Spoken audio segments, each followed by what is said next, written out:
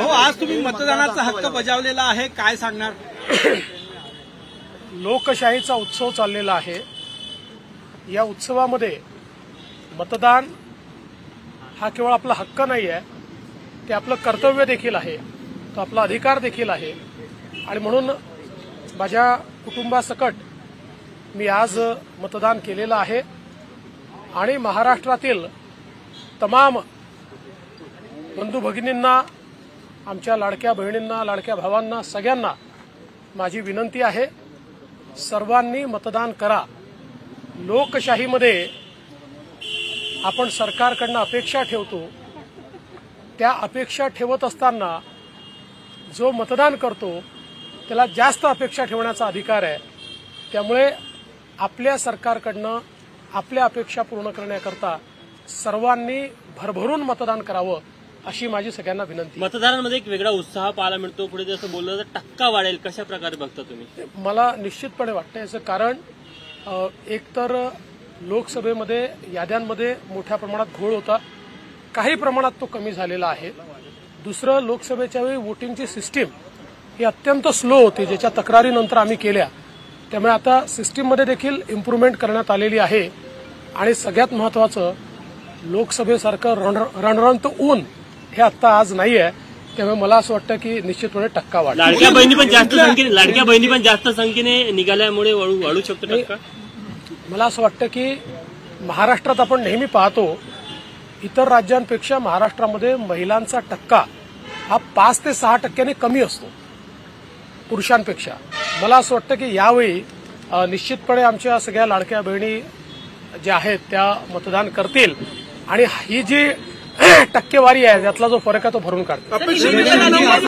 महाराष्ट्रात कमी मतदान झालेलं आहे, अपेक्षेपेक्षा 9 वाजेपर्यंत अख्ख्या महाराष्ट्रात मतदान फार कमी झालेलं आहे. नाही, अपेक्षा एवढंच झालंय, कुठेही कमी झालेलं नाही. काय वाटतं? चेहऱ्यावर कॉन्फिडन्स आणि हास्य दिसतं तुमच्या चेहऱ्यावर. नाही, हास्य म्हणजे जनतेचं प्रेम जेव्हा मिळतं तेव्हा चेहऱ्यावर हास्य असतं. ते प्रेम मिळताना दिसतंय म्हणून चेहऱ्यावर हास्य आहे. काही घटना घडल्या राज्यामध्ये, अनिल देशमुखांची घटना असेल, इतर भागामध्ये घटना असेल, कशा प्रकारे बघता, काय वाटतं तुम्हाला?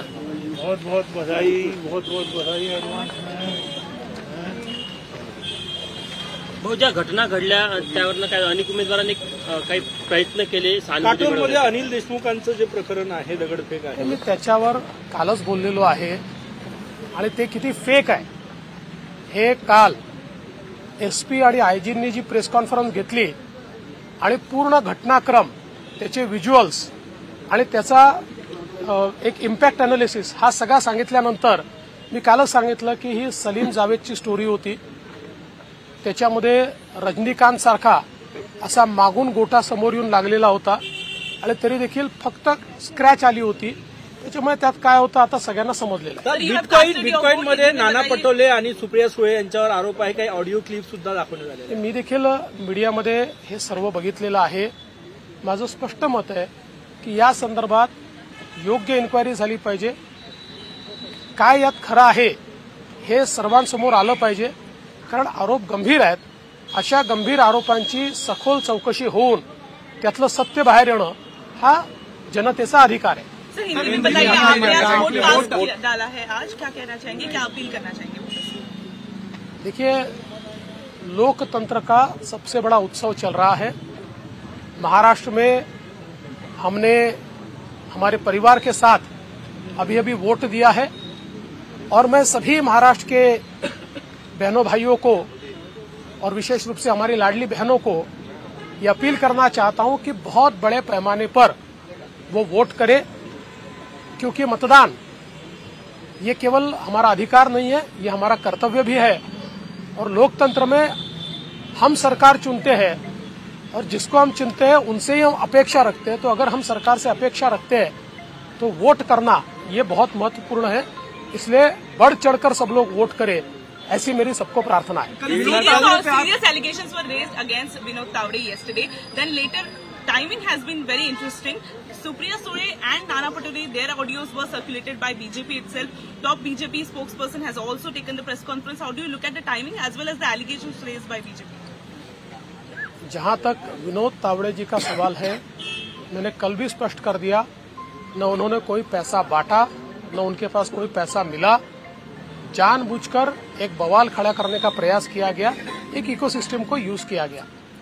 जहां तक सुप्रिया सुळे जी पर और नाना पटोले जी पर जो आरोप लगे हैं, जिस प्रकार से एक पूर्व आईपीएस अधिकारी ने कुछ आरोप लगाए हैं, कुछ क्लिप्स उन्होंने जारी की है, मुझे ऐसा लगता है कि ये बहुत गंभीर इस प्रकार का प्रकरण है।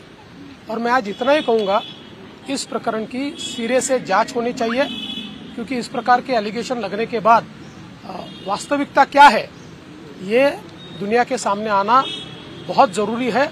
एलिगेशन बहुत सीरियस है, तो इसकी पूरी तफ्तीश हो, इसका पूरा इन्वेस्टिगेशन हो और इन्वेस्टिगेशन करके एक फेयर रिपोर्ट लोगों के सामने आए, ऐसा मुझे लगता है। Ajit Pawar has confirmed that particular audio of Supriya Sule, wherein he has said that I have worked with Supriya Sule for years and I can understand her voice. Supriya Sule has said that this is forged and my voice is not there in that particular audio. देखिए, पहली बात तो यह है कि voice जो है वो सुप्रिया ताई जैसा हमको ध्यान में आता है, हम उसको कह सकते हैं कि सुप्रिया ताई का वॉइस है। लेकिन विथ ऑल फेयरनेस मैं ये कहता हूं कि दूध का दूध पानी का पानी हो जाए।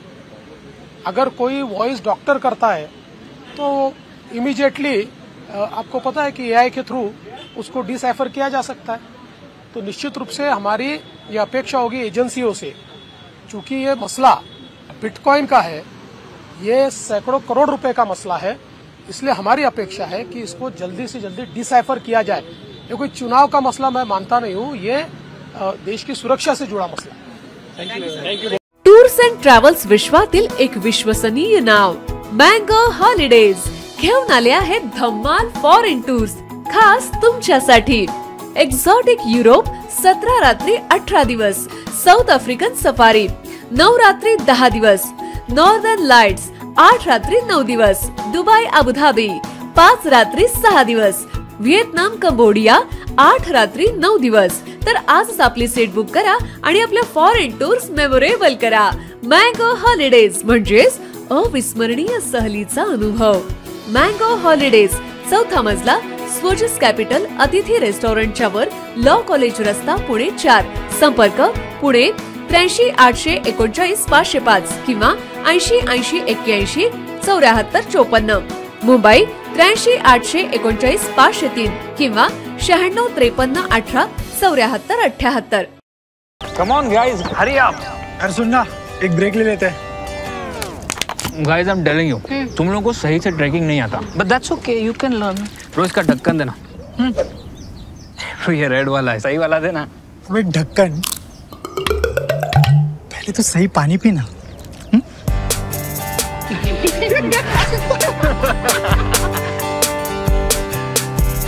Manikchand Oxyrich, proudly Indian.